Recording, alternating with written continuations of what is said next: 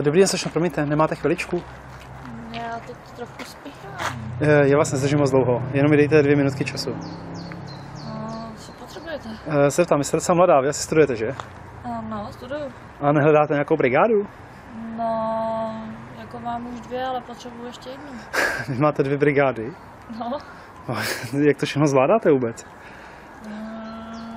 Normálně. Normálně. Víte co, abyste mi věřila, to, že jsem vás takhle zastavil, to není jen tak. Jste docela hezká slečna, koukám. Kolik vám je let vůbec? 24. 24, jo, vypadáte mladší, to bych neřekl. Protože my teď hledáme novou asistentku. Neměla byste zájem? Jedná se o 3 až 4 hodiny na den. Není to jakoby, jedná se většinou v odpoledních hodinách. Takže školu byste krásně zvládala. To zní jako celkem dobře. To zní celkem dobře. čem je háček? Háček není v ničem. Jde o to, že akorát můj šéf je hrozně vybíravý, to je všechno. Jo. Víte co? Já to dělám jednoduše, protože já vidím, že jste taková nervózní ze mě a já vám dám 2000, když mi dáte 2 minuty času. To je hezký, ne? Za nic.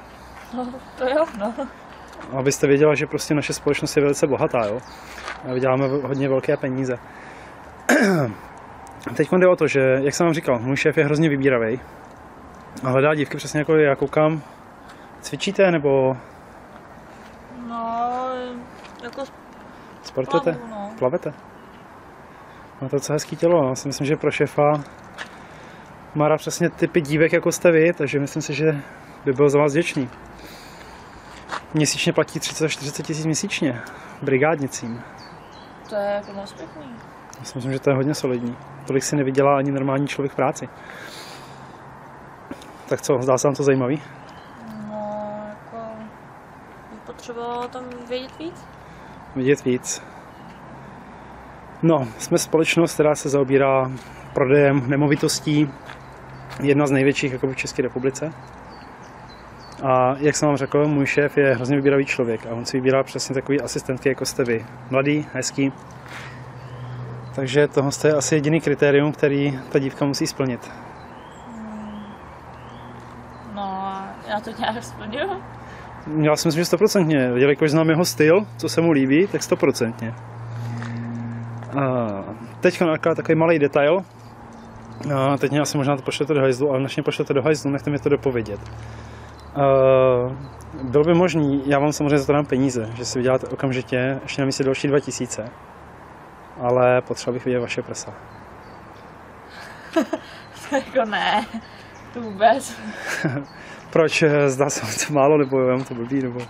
No jako, cože, co je to za kritérium?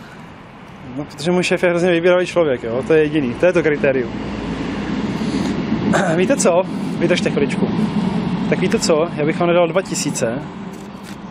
Já vám za to můžu dát 4000 korun. 4000, když mi na 15 vteřin ukážete vaše prsa. 4000 korun za nic. Nebudu na vás šahat. Vemte si je klidně do ruky. Ale jako tady? No, tak můžeme se kousek posunout někam jinam, jako to není problém, ale... Tady ne. Vy se vám to nelíbí? Tady je moc lidí, jsme na nádraží. No jo, to máte pravdu, no to mi trošku nedošlo.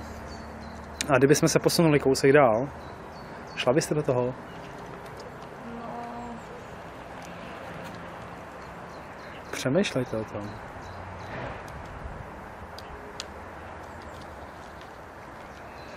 Jenom mi ukážete prsa, nic víc. To jste tak stydlivá? Opravdu? Nikdy jste nebyla na pláži? ne.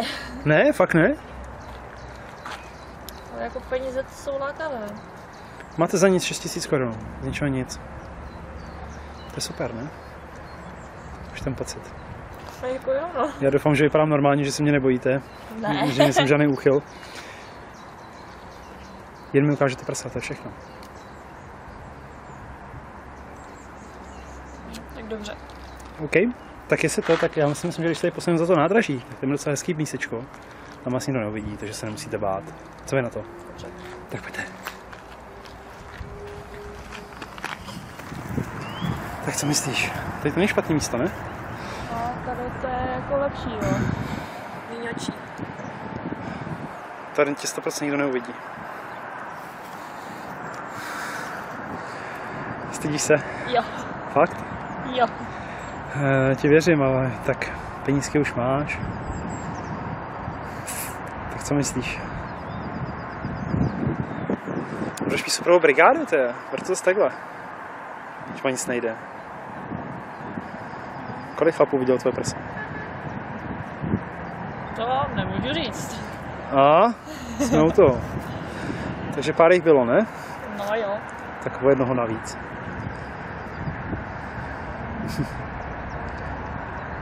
Co? Tak jo, no. Rychlosti, 15 vteřin. Jo?